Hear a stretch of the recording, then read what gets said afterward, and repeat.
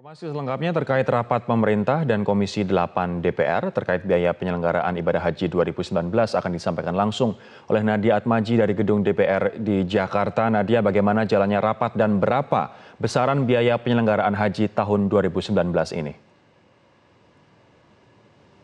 Ya, Rory, pagi tadi telah dilaksanakan rapat dengar pendapat antara Panja atau Panitia Kerja Pemerintah, yaitu Kementerian Agama, dengan Komisi 8 DPR RI. Ini dilaksanakan secara tertutup, kemudian dilanjutkan dengan rapat dengan Menteri Agama, Lukman Hakim Saifuddin. Dari rapat yang dilaksanakan pada hari ini, kemudian dihasilkan kesimpulan bahwa untuk biaya penyelenggaraan ibadah haji di tahun 2019 ini tidak berubah dibandingkan dengan tahun yang lalu, yaitu didapatkan angka yaitu Rp35.230.000. Ini kurang lebihnya yang telah ditetapkan. Ini merupakan rata-rata biaya yang harus dibayarkan oleh calon jamaah yang akan berangkat di tahun 2019 ini. Berdasarkan rincian yang tadi telah dipaparkan dalam konferensi pers, dapat kami gambarkan di grafis bahwa 35 juta ini kurang lebih adalah ada dibagi dalam dua rincian, yaitu rincian yang pertama adalah untuk keberangkatan atau embarkasi dari jamaah dari pulang pergi, tiket pulang pergi, yaitu sebesar kurang lebih 30 juta rupiah. Kemudian ini ada biaya yang kemudian dibayarkan oleh dana optimalisasi. Yang kedua adalah biaya untuk biaya hidup atau living cost, yaitu kurang lebih adalah sekitar 5,6 juta rupiah. Dari jumlah yang didapatkan ini, dikatakan oleh Menteri Agama bahwa ini berdasarkan penghitungan yang dilakukan sejak bulan November 2018 yang dilakukan oleh Panja biaya penyelenggaraan ibadah haji, dan dapat apresiasi yang begitu besar dari Kementerian Agama dan juga masyarakat karena tidak adanya peningkatan dibandingkan dengan tahun 2018 yang lalu. Bahkan jika menggunakan kurs dolar Amerika Serikat, ini terdapat penurunan sekitar 151 dolar Amerika Serikat.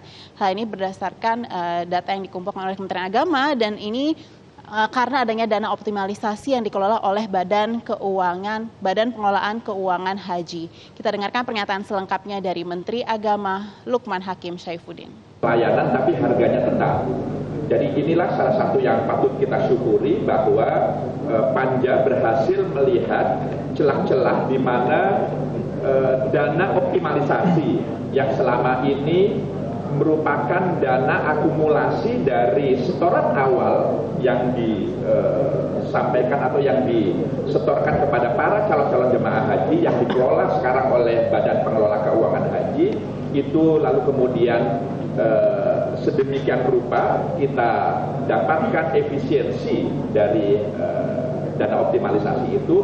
Selain Nadia, dengan tidak adanya kenaikan biaya living cost 5,6 juta, apa jaminan terhadap kualitas layanan haji tetap tidak berubah atau menurun?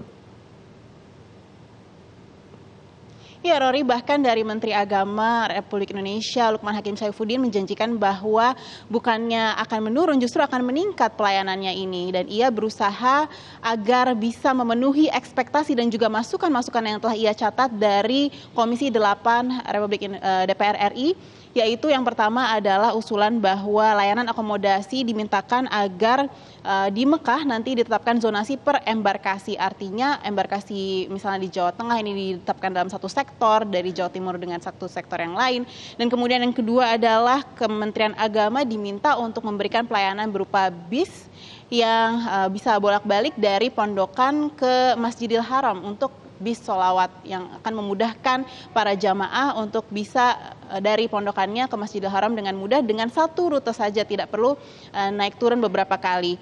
Kemudian yang ketiga adalah mengadakan catering atau layanan makanan yang bercita rasa Nusantara, tidak Timur Tengah seperti yang kerap terjadi sebelum-sebelumnya. Dan yang terakhir adalah peningkatan kualitas tenda yang di Arafah ini bisa mendapatkan fasilitas berupa pendingin ruangan atau AC sehingga bisa mendapatkan kenyamanan seluruh jamaah yang mengikuti ibadah haji di tahun 2019 ini. 4 catatan ini yang diberikan oleh Komisi 8 DPR RI dan diharapkan bisa diwujudkan pada penyelenggaraan ibadah haji di tahun 2019 ini.